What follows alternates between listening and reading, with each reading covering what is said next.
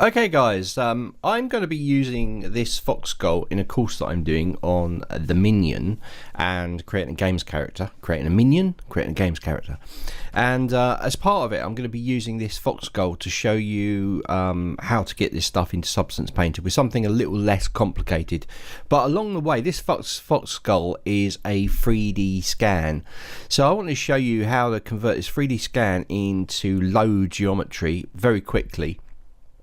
Maybe not the best in the world, but it can do this job really quickly. So that's what I'm going to show you now. So I'm going to open ZBrush up and I'm going to import this fox skull OBJ scan that I got off the web for free.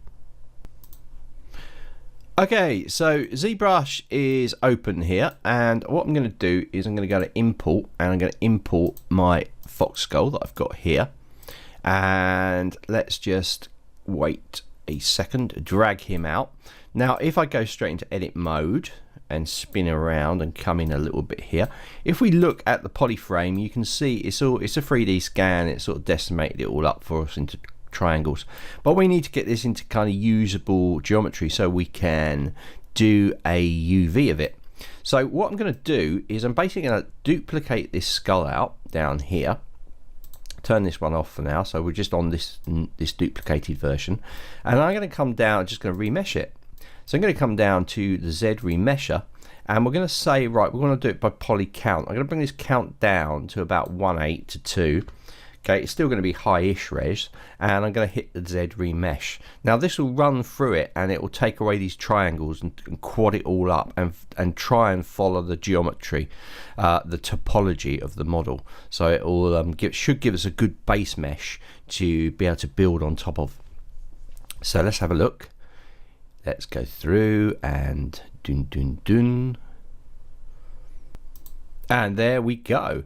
So now we have a lowish topology model. Now it's still kept the data, as you see, it hasn't cut the teeth away or anything. So it's still kept that data in there, which is very cool. Let's go and check it. So if I put the mouse over here, you can see this now 1,174 polygons as opposed to 699,976. Okay, yeah, it looks nothing like it, but it is a lower res model, which is what we wanted. Now you've got to be careful how far down you want to go with this before you start losing these bits of detail. So I want to make sure that I've still got that form. If I'm using it for a game character, I want to make sure that if I turn this off, I've still got nice smooth lines, and I've got loads on this because it's quite high for a games model. So I bring that back, put it in the Madcap wax, and turn those polyframes on. Now what I want to do now is I want to take this and I want to poly group it, I want to auto group it, just to make two sets of poly groups. So down here, I'm just going to hit the auto group. It'll give me two groups, top and bottom. Control Shift, click on this, you can see. Control Shift drag to see the bottom one, Control Shift click to view them both. Okay, so what I want to do now is I want to take this and I want to actually now create my UVs. Now I could do it later, but I'm going to do it at this stage. So the flexibility of ZBrush, you can jump around and do things in different orders. It doesn't matter, just to mix it up a bit. So what I'm going to do is going to come down to the Z plugin, and I'm going to go down to the UV master, and I'm just going to work on a clone. Okay, just for this. So that's a cloned version which will copy the UVs across when we've done it. So I'm going to go across here and I'm just going to go do it by poly group. We haven't got symmetry on this model. Well, we can try and get it to see if it works, but it probably won't. And then we can just hit unwrap. Now I could do control painting on it and those sort of things, but I'm just going to look what it unwraps it like initially, and then we'll take it from there.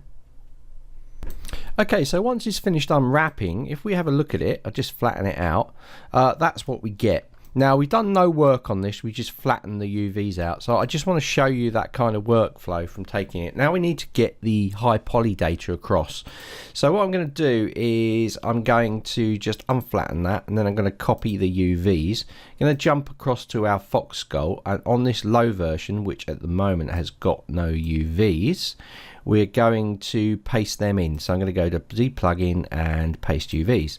Now if I go to my UV map on this tool, I can spread it open, and there you go, you got your UVs. Okay, so that's a simple UV. I've done no work on it. for the sake of this free tutorial, that's good. Now I need to show you how to get the high poly data across. So let us take our model and let's divide it up. So let's go down to the geometry and do some division. So what I do is I go up 3 divisions like that. I turn this one on. This is the high model data. Let me just put it into madcap so you can see it a bit better. So let me just flick across to this. You can see that's the high poly data, and this is our low version. So I have both showing, and I make sure that this one is on the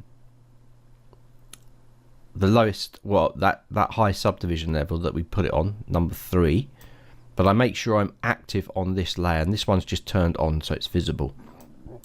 Come down to project all, give that a bit of time, and it would have projected it across. So it would have projected some of that detail across. Now we haven't got it all, but what we do is we go in next stage. Let me just put this into that material because it seems to have colored it. So there we go. So you can still see the geometry there because we're not up high enough. So what we do is we come down to the geometry and we just divide it up a couple more. Come back down, turn this one on, do a project. It'll take a little bit more time because the mesh is a bit higher in resolution here. So we just let that run through. I'll just pause the video while it's projecting across. And it's done. So it's pretty close. It's not exact, but because you can still see these little bits. But if I turn this one off, we've got all that detail across. Now if you want to up the actual projection distance a little bit, that might help you. So let's put that up to just up to 4 there. Let's take that blurring down a little bit. Let's just put it on 4. That should help. And the projection shell, I'm just going to bring this projection shell out just a touch, just so you can see it sort of covering a bit more, like that. That's good. All right, let's leave that. Let's see what this looks like. So I'm going to do a projection this time. Now, by the way, when you start changing these projection shells, it can add quite a lot more time onto the projection process. So just be aware of that when you're doing your projecting. Okay, it's done. So it's pretty damn close, really. So that's how we can kind of project that stuff across. Again, if you're not happy with the projection that you've got, or you need to up those settings, then you can. So this is now UV'd, and we have our subdivision levels running through. So we have the low version, it's in 2 poly groups, and we also have a high version straight off of that. So that's just to show you how to take a 3D scan and actually turn that into usable geometry that you can project the detail and UV, and it takes a few seconds to do. It's quite quick to do it. You can get these results really quickly. Of course, now you can poly paint that up, etc, etc. And by the way, if you poly painted up the Fox Skull original here, this mesh here, you could, when you do your projecting, it will ask you if you want to transfer the poly paint data from here over to this model, which you'd say yes, and then it would automatically fit on here.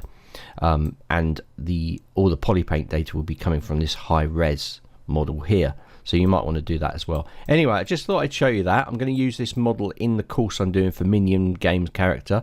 So I just wanted to show you that so that I can use this character at this stage to carry on the course that I'm doing.